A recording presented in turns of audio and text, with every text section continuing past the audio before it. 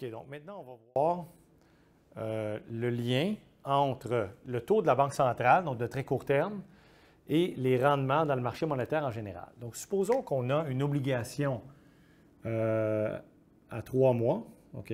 Donc, une obligation de maturité à 3 mois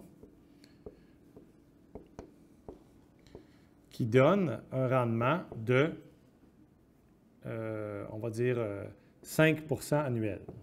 OK? 5 en rythme annuel. OK? Annuel. OK? 5 annuel.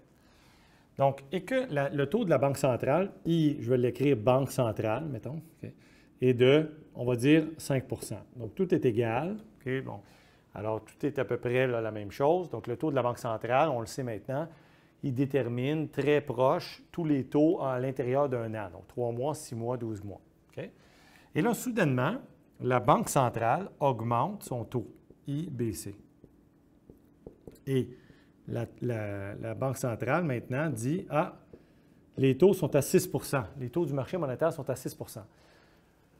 Concrètement, ça veut dire quoi? Si les taux du marché monétaire sont à 6 ça veut dire que n'importe qui peut déposer des fonds de façon absolument sûre, sans risque, à 6 de rendement annuel, sans risque. Donc, pensez-y. Qu'est-ce qui arrive à ce rendement-là là, de l'obligation à 3 mois qui est en circulation? Bien, c'est plus intéressant. C'est le même risque, mais il y en a une qui offre beaucoup plus de rendement, 6 au lieu de 5.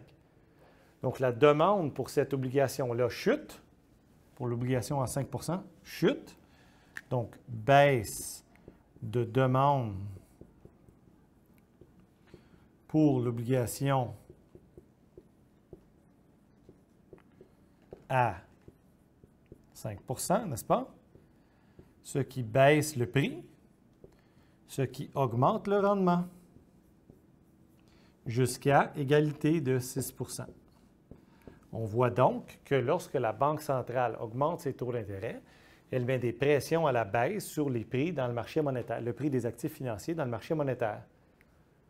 OK? Et donc ça, c'est important, évidemment, de faire le lien entre la Banque centrale et les rendements en général du marché monétaire et le prix des actifs de court terme dans le marché monétaire.